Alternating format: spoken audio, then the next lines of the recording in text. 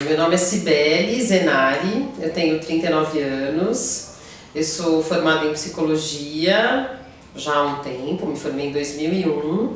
Trabalho num serviço público de saúde, sou funcionária da prefeitura, tenho consultório e também sou poeta.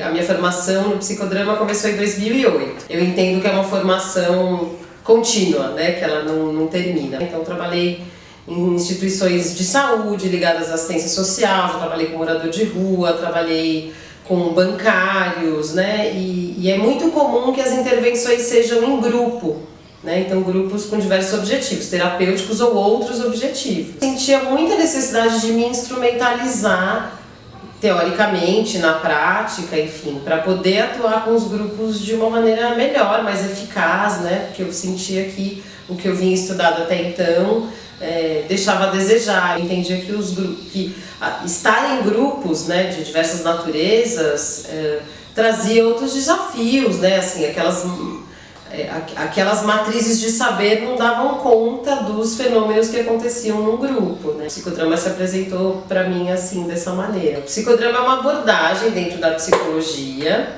desenvolvida por um romeno que se chama Jacó Levi Moreno, que depois ele foi morar em Nova York, né, fugido da Segunda Guerra, e ele era um psiquiatra de formação, e ele começou a tratar as pessoas em grupo. Ele jamais tratou de um paciente isolado, né, e ele começou a ver que quando ele trazia um conflito pessoal ou algo do sofrimento psíquico daquele sujeito para a atuação, né, usando as pessoas do próprio grupo e também profissionais, né, que seriam egos auxiliares, que fariam os papéis que ele precisaria viver naquele conflito, ele começou a observar que isso tinha um efeito terapêutico. E aí ele desenvolveu uma prática e uma teoria em cima disso. A ideia que eu gosto bastante, assim, que é uma coisa que me encanta muito, é um pouco que sair da cabeça, né, aquilo que está dentro da cabeça, vai para o real e para o concreto e para o compartilhado, né, que o que eu acho bastante interessante é que o psicodrama ele não quer resolver a tensão individual e coletivo, né? Eu acho que ele não resolve isso, né? Ele não quer, e ele não vai estabelecer isso é do sujeito, isso não pode ser colocado no coletivo, não. O que é meu pode ser seu, podemos ver juntos, isso pode voltar para mim, pode voltar para você. Então eu acho que ele bagunça um pouco, ele borra um pouco esses limites do individual e do coletivo, né? Isso que eu acho.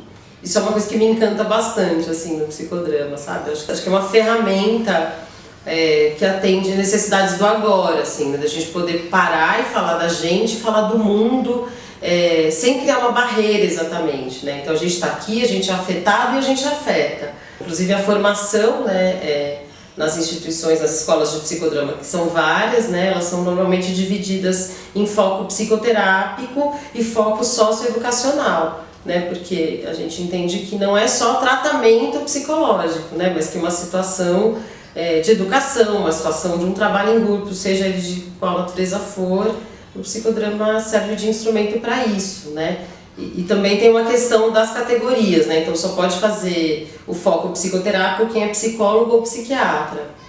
E o foco socioeducacional serve para outras formações de nível superior. O psicodrama também é uma proposta aberta, né? Pode tanto fazer algo temático como um tema que o próprio grupo traga e que você vai de alguma maneira aprofundar com as cenas. Eu sou uma psicodramatista que trabalha no meu consultório também individual, com pacientes individuais, né? Mas eu acho que o psicodrama quebra um pouco isso, né? Ele fala, olha, é possível tratar uma pessoa num grupo e esse grupo também atuar como um agente terapêutico, né? Porque outras orientações não entendem dessa maneira. E a diferença, acho que para outras teorias, o psicodrama ele tem a ver mais com as teorias existenciais, né? Então, do aqui e agora, de estar aqui, né, e menos de algo, o que aconteceu lá no passado e que tem a ver com isso exatamente, dessa investigação ser sempre para esse lado, né? Então não, que resposta você pode dar aqui agora para essa situação, como se não tivesse um eu prévio,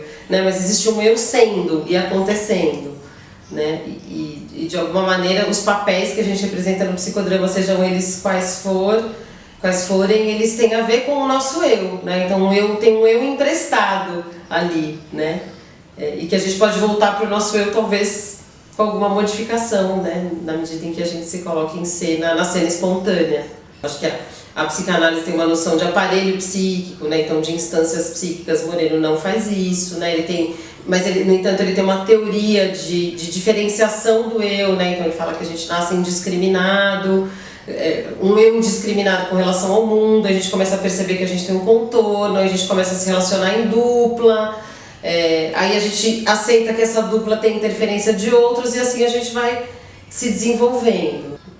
Acho que um pouco na origem do psicodrama, ele estava se contrapondo um pouco à psicanálise na época, né? O psicodrama bipessoal é o psicodrama de consultório, né, onde vai ter apenas uma pessoa sendo tratada. Então vai ser um consultório cheio de almofadas, né, porque aí os papéis vão ser representados, né? Você vai poder colocar um objeto, uma almofada, no lugar daquele papel que vai ser representado ali, né? Porque a ideia é que o sujeito possa tomar os vários papéis daquilo que ele está trazendo e ele mesmo vai encontrar a fala desses papéis dentro de si, né? E aí vai ter um terapeuta que ele vai ser diretor e ego ao mesmo tempo, né? Então tem uma adaptação aí, mas mais ou menos as mesmas técnicas que a gente vê e utiliza nas sessões em grupo, a gente usa também no bipessoal, né? Então a tomada de papéis, a inversão de papéis, né?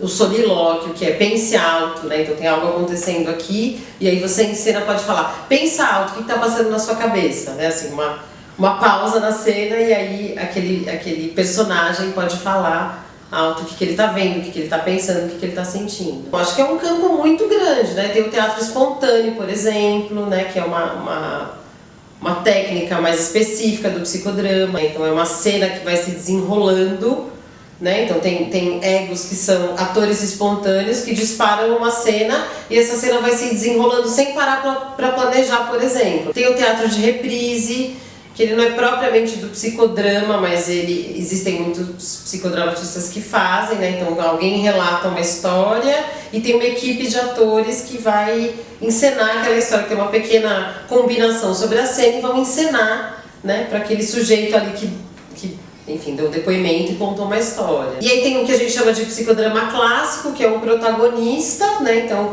de alguma maneira, tem um aquecimento. Existem os jogos dramáticos, né? Que são, enfim, os vários, que não vai ter exatamente um protagonista, né? Mas uma proposta de jogo. Tem a multiplicação dramática, que são cenas mais rápidas, que gera uma produção de sentido mais aberto, né? Então não para aprofundar, mas todo mundo vai entrando em cena. Acho que tem muitos tipos, daí eu acho que o que é interessante é que, assim, o psicodrama, ele é algo bastante aberto, né? Então os psicodramatistas, eles vivem inventando coisas, né? Quando a gente vai para sessões mais abertas, né? Por exemplo, as sessões do Centro Cultural, né? Que é o coletivo do qual eu faço parte, eu acho que isso que é terapêutico, eu não sei se a gente consegue alcançar e delimitar tanto, assim. Eu tenho a impressão de que sempre é terapêutico de algum jeito, né, para os sujeitos, assim, quando eles vão lá e se colocam, mesmo que seja uma questão mais abrangente, né, que ele não esteja trazendo algo exatamente pessoal. É um convite que quebra alguns paradigmas vigentes, né, então acho que isso cria um pouco de resistência, né, e acho que até dentro da psicologia, né, então assim, acho que as pessoas, acho que o preconceito às vezes dificulta elas um pouco a entender que tem um porquê, né? Que quem está lá fazendo aquilo estudou, pensou em coisas, sabe de coisas, né? Produz coisas e conhecimentos, né? Que tem um porquê de fazer aquilo, né? Não é um espontaneísmo vazio.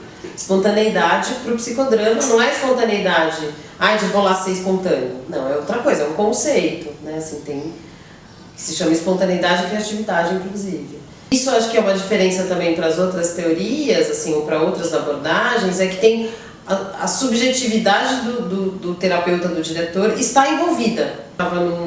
Eu estive num congresso de acompanhamento terapêutico, enfim, uma coisa bem específica lá da saúde mental, e a gente fez um sociodrama, né? Ou seja, um psicodrama que tratava do papel profissional do acompanhante terapêutico, né?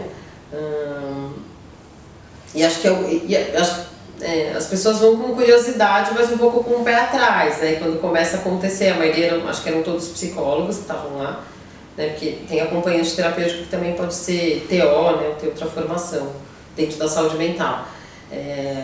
E acho que sim, eles vão meio, nossa, o que que é isso, né? Acho que esse vivencial, pra onde eu vou parar, né?